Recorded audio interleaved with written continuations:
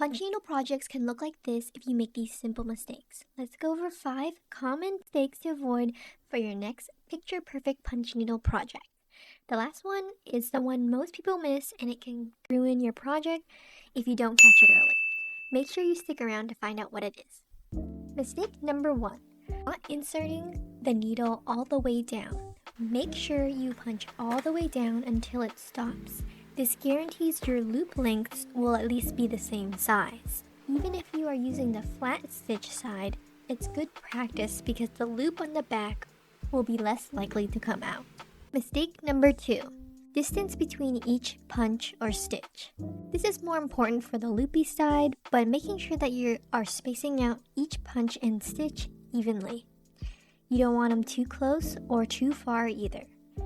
With smaller yarn, you will likely have to punch closer, and with larger yarn, we will likely have to punch farther away from each other. If you punch too close, the loops on the back will start to crowd. Even if you care about just the flat stitch side, too many punches around each other may pull the flat side back.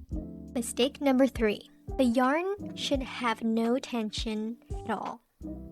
Making sure that you're feeding yarn and it's nice and loosey-goosey and it's not getting tugged accidentally by your hand, arms, or the frame. This is what can happen if your yarn gets caught. Your loop will come out with the needle. The loop will be uneven. The loop will not form at all. Mistake number 4, the fabric should be taut. That means it should be tight around the embroidery hoop or the punch needle frame. This might be obvious, but while you are punching, especially on an embroidery hoop, you will need to re-tighten. If you don't, your loops and stitches may become inconsistent in size because the tension in between the weaves weren't the same as before. This is what happens if you try punching and it's not taut. Mistake number 5. This is the hardest one. Needle size, fabric, and yarn combination.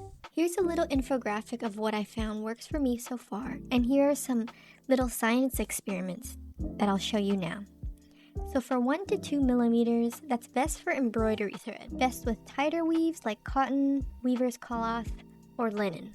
3.5 millimeter is best for double knit yarn or DK yarn. I like using a linen/cotton blend for this, like a 50-50 blend. An easy way to find out if it'll work is just honestly just doing your own little science experiment. Yarn should run smoothly through the eye of the needle. There should be no tugging whatsoever. Check out my last video on this step-by-step tutorial on how I made this Yoshi tote bag.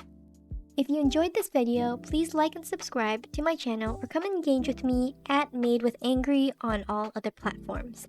Let me know if you have any other questions in the comments and I'll try my best to answer. Bye!